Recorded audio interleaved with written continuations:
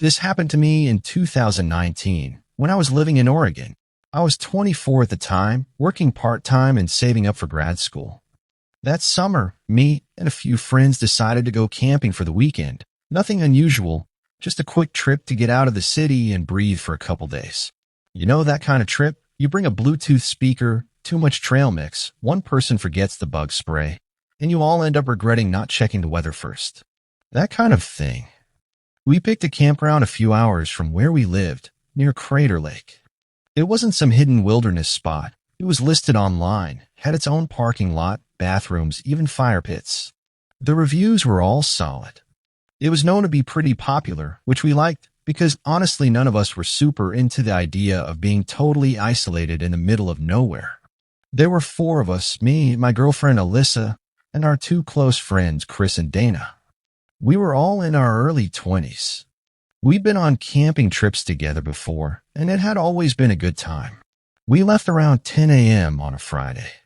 The weather was warm, not too hot, and everything felt pretty normal. But looking back now, there were signs that something was off before we even arrived. The first weird thing was how quiet the drive got. We turned off the main road onto a long dirt path surrounded by forest, which is normal, sure. But usually, when you drive to a campground, you at least pass a few cars coming out. Or you see signs of life, tents through the trees, people walking with backpacks, maybe a ranger truck. But this time, nothing. The road went on for miles, and we didn't pass a single car. No hikers, no campers, nothing. Just trees on both sides and the sound of gravel under the tires. And then we pulled into the campground. It was empty. Completely. No cars in the lot. No tents. No bikes leaned against trees. No smoke rising from campfires. Nothing. At first we figured maybe we just got lucky. Maybe it was going to fill up later, or people had canceled for some reason. But even that didn't explain how spotless everything was. No litter, no used fire pits, no footprints in the dirt. It was like no one had been there for days. Still, we set up our tents, thinking it was probably just a slow weekend. The weather was good, the drive wasn't bad, and there weren't any warning signs or closures posted anywhere. But something about the place just didn't feel right. We made a small fire before sunset, cooked some food, and tried to relax. But the entire time, I couldn't shake the feeling that we were being watched. I know that sounds dramatic, but the forest felt too quiet. Even the usual forest sounds, birds, bugs, wind, were completely absent. You'd stir the fire, and the crackle would be the loudest thing for miles. Chris noticed it too. Around 9 p.m., he said something like, "You guys feel like this place is weirdly dead?" We all laughed it off, but no one really answered. Then Dana asked, "When do you think the other campers are showing up?" And that's when it really hit me. Maybe no one else was showing up. We went to bed around 11 p.m. The fire had burned down, the stars were out, and it was one of those pitch-black nights where you couldn't even see your hand unless you had a flashlight. I woke up sometime after 2 a.m. Not sure what exactly woke me, but something just felt wrong. At first I thought it was an animal. I could hear twigs snapping near our tent.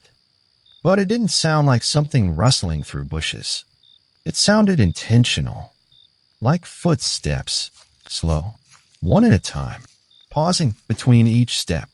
I grabbed the flashlight and quietly unzipped the tent.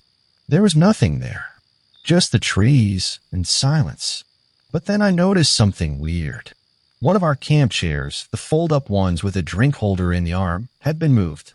It was turned away from the fire pit, facing out toward the woods. I was sure we hadn't left it like that.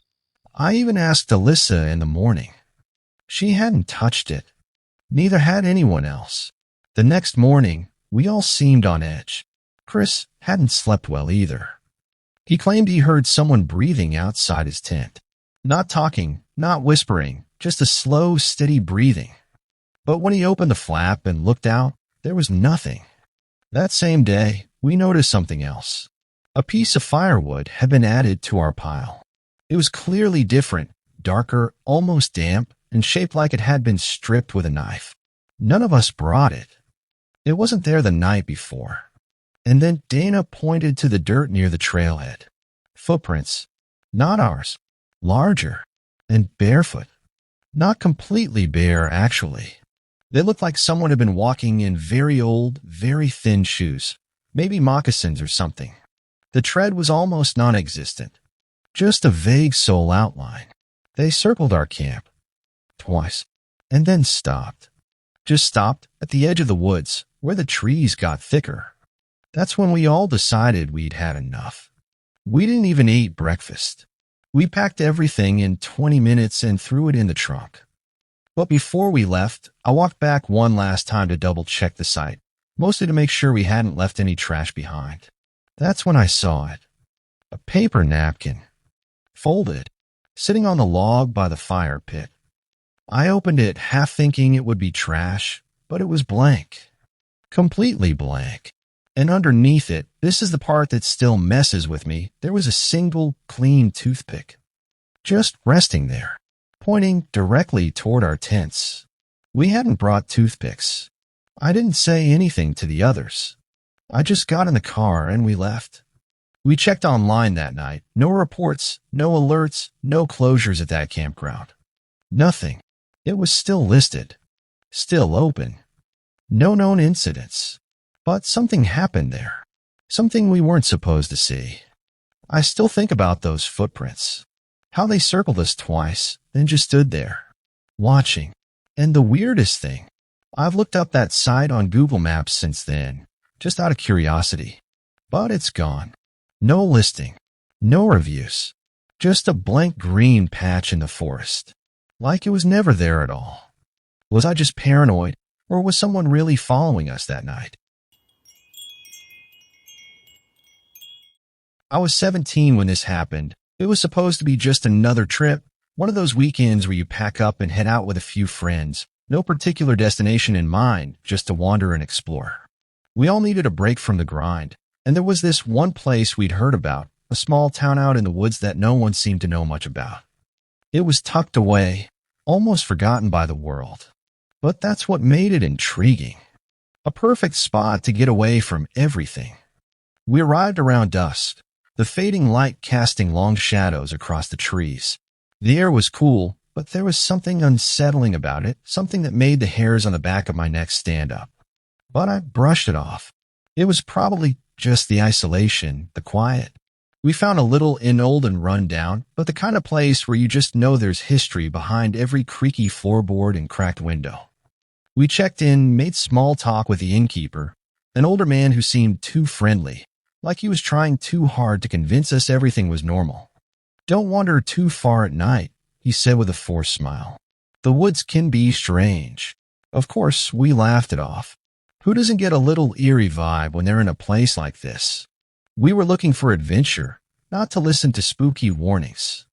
That night, after we'd settled in and had a few drinks, we decided to take a walk. The kind of walk where you just follow the path that disappears into the trees, no particular destination in mind, just to see where it takes you. As we walked, the moonlight filtered through the branches above, casting an eerie glow on the forest floor. The deeper we went, the quieter it got. No birds, no insects, just silence. A heavy, suffocating silence. It was unsettling, but we kept walking, talking about nothing in particular, trying to convince ourselves everything was fine. Then, one of us, Jenna, stopped. "Did you hear that?" she asked, her voice low. We all fell silent, straining our ears. There was a rustling in the trees. Something moving, but we couldn't see anything. It sounded like footsteps, but far too heavy for anything that should be out there at this hour. "I think we should head back," Mark said, his voice uneasy. He was the one who was always the most rational among us, but even he seemed a little off tonight. We all agreed and turned around, but as we walked back down the trail, I noticed something strange. Jenna had stopped walking. I turned to look at her, and she was just standing there, staring at the trees. Her eyes were wide, almost unblinking. "Jenna? What's wrong?" I asked, walking toward her. She didn't answer. She just kept staring into the dark woods, as if something or someone was out there. I tried to shake her to get her to snap out of it, but it was like she wasn't even there anymore. That's when I heard it, a low guttural voice. It wasn't a whisper. It was too clear, too real. Come closer. My heart froze in my chest. I turned back to Jenna, but now she wasn't alone. There was someone else standing with her. A figure, tall, impossibly tall, with its face hidden in the shadows. It was like it wasn't human, like it was some strange being that had just materialized out of the darkness. I reached out to grab her arm, but she didn't respond. It was as if she didn't hear me. And then slowly, she began to walk toward the figure, her steps eerily synchronized with the movements of whatever it was. "Jenna, no!" I shouted, running to her. But before I could reach her, the figure vanished into the trees, dragging her with it. There was no scream, no sound, just silence. I stood there for what felt like an eternity, my body frozen in place, not able to comprehend what had just happened. The others caught up with me, panic in their voices. We all searched the woods for hours, calling out her name, hoping she would answer. But there was nothing. Just the wind through the trees and a creeping dread in our bones. By morning, we went to the innkeeper, hoping he'd know something, anything. But when we asked, he just looked at us, that same forced smile on his face. "Don't go out at night," he said, as if that was the answer to everything. Some people don't return alone. Some don't return at all. We left that place the next morning, Jenna's disappearance hanging over us like a shadow. No one could explain it. No one could understand it. The woods, the figure, the strange feeling that something was watching us. It didn't make sense, but it didn't have to. We'd learned the hard way that sometimes when you go out for a simple walk in a place you don't belong, you don't come back the same. Or worse, you don't come back at all.